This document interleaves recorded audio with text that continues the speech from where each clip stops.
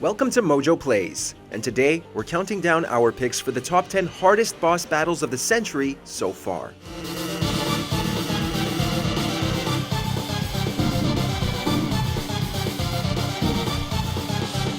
For this list, we'll be looking at the most challenging, rage-inducing bosses from the years 2000 to 2024. If there's a boss from this century that made you want to pull your hair out, let us know about them in the comments. Before we begin, we publish new content all week long, so be sure to subscribe and ring the bell to get notified about our latest videos. Absolute Radiance, Hollow Knight.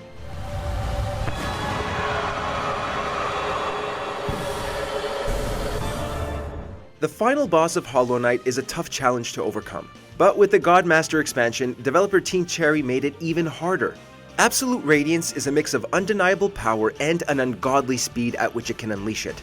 Most of its attacks have either been increased in strength or, in terms of its projectile-based attacks, in capacity. Thankfully, your little knight should be well powered by the time you face it.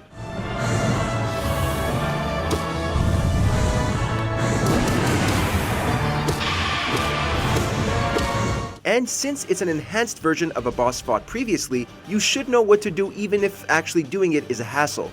Fought across 6 phases, Absolute Radiance is the peak of what Hollow Knight can offer.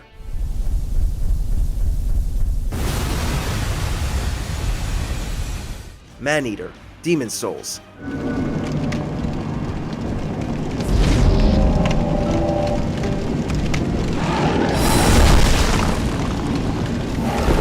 Bringing in a second boss while you're in the middle of fighting the first one is a surefire way to spike the difficulty.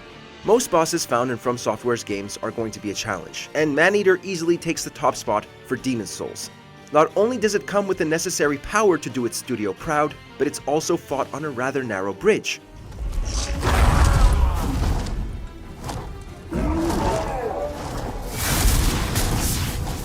Having less room to maneuver and attack in is a pain, but not as much as a second Maneater. After enough time has passed, or if the boss's health bar drops to a quarter full, it will summon a pal to help do you in, doubling your workload.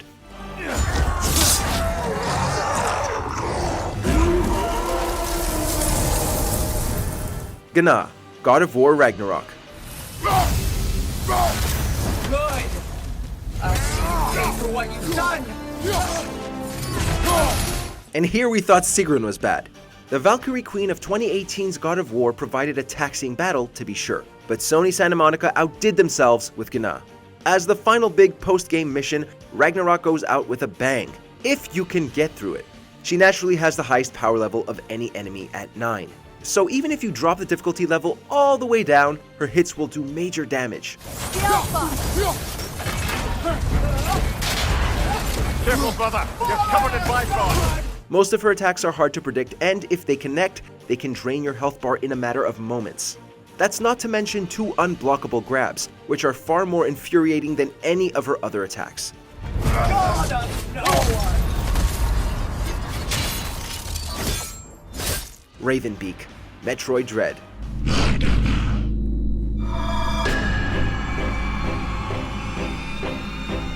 Like those that came before it, Metroid Dread upholds the high difficulty the series is known for, and Nintendo couldn't have included a better boss to make us feel actual dread than Raven Beak. In 3 brutal phases, the Chozo Warrior demands extremely fast reaction time unless you want your health quickly depleted to 0.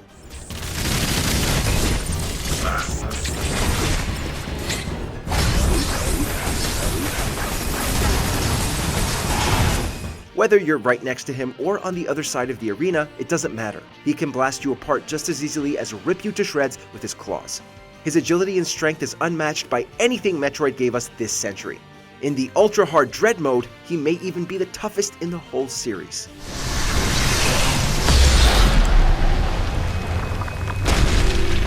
Dr. Cal's Robot, Cuphead.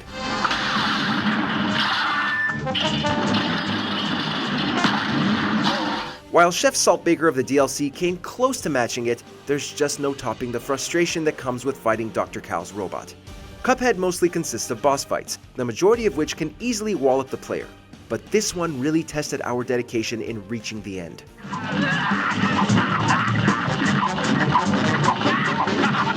The first phase sees the robot utilizing a variety of projectiles while you blast apart the 3 pieces. With each piece destroyed, more attacks are added. Phase 2 has homing bombs to look out for, while Phase 3 gives you more projectiles to dodge, along with electrified walls. The whole ordeal is a literal bullet hell, and you won't have nearly enough firepower to make it balanced.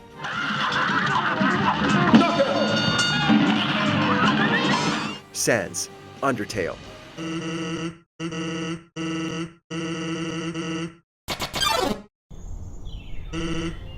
If you choose to go down the genocide route, meaning you've killed every single monster you can come across instead of sparing them, Sans will be waiting for you. And honestly, you probably deserve his wrath. By far the hardest challenge Undertale has to offer by a mile, the fight against Sans completely clashes with his good vibes persona.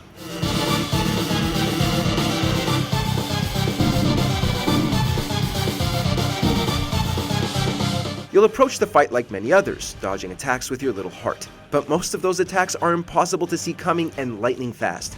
There is no making it through without a lot of trial and error, which means a lot of deaths at the hands of this dopey skeleton. It takes the utmost determination.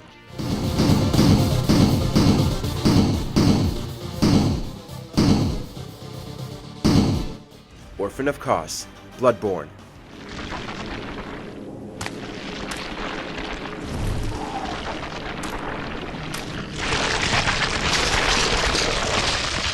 We're not sure what's more disturbing about this thing, its fleshy weapon or its tendency to shriek when it lunges at you. The Orphan of CA serves as the final boss in the Old Hunters DLC, and, in typical From Software fashion, is an absolute monster to fight. Despite being much smaller than many other bosses in the game, it's just as oppressive with its deadly leaps, if not more so.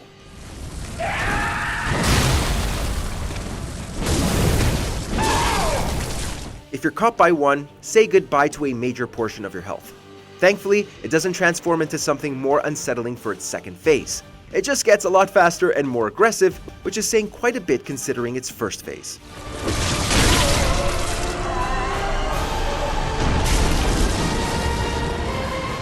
Absolute Virtue, Final Fantasy XI.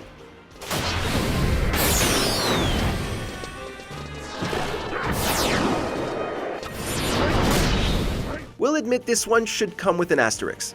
Found in one of the franchise's MMO installments, Absolute Virtue was designed by Square Enix to be unbeatable, at least by the studio's terms. This was due to an enormous health pool, a tendency to auto-heal each turn, and its use of the Benediction spell, a full heal that also cured status effects.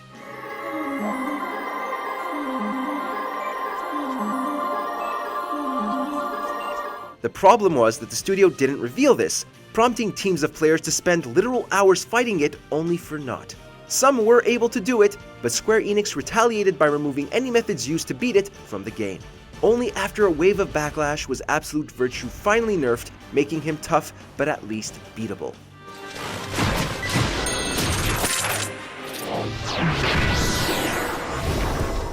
Promised Consort Radahn, Elden Ring, Shadow of the Erdtree.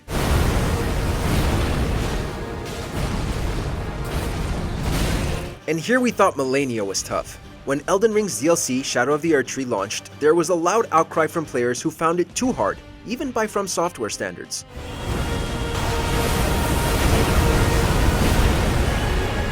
Well, the final boss personifies the studio's commitment to delivering boss encounters that can leave you questioning your skills. Radahn's first phase is daunting. He'll quickly switch between the blood flame and gravity elements, can hit extremely hard, and has great recovery between his heavy attacks. That makes your window for delivering damage very small. Then there's his second phase, where everything terrible will be multiplied thanks to his increased speed. He'll also have new, even higher damage attacks thanks to his divine power. Radahn earned his reputation quickly and is certainly deserving of it.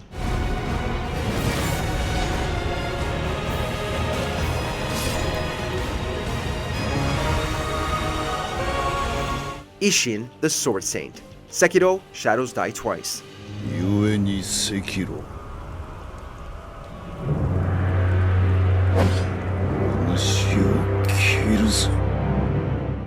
Unfortunately, you can't summon friends in Sekiro, so when it comes to the final boss, you'll just have to hope your skills are up to snuff. It wouldn't feel right placing anything other than a From Software boss in the top spot, and Ishin the Sword Saint certainly deserves it. You'll already be on the edge having fought Genichiro directly before this.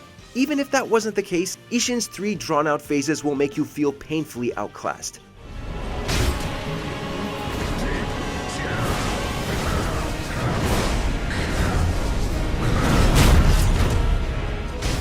His sword slashes have surprising range and will catch you off guard, as will his AoE attacks. His patterns grow more random with each pause, making it hard to get a read on what's coming next. It's an incredibly satisfying victory, but one that's definitely not earned easily.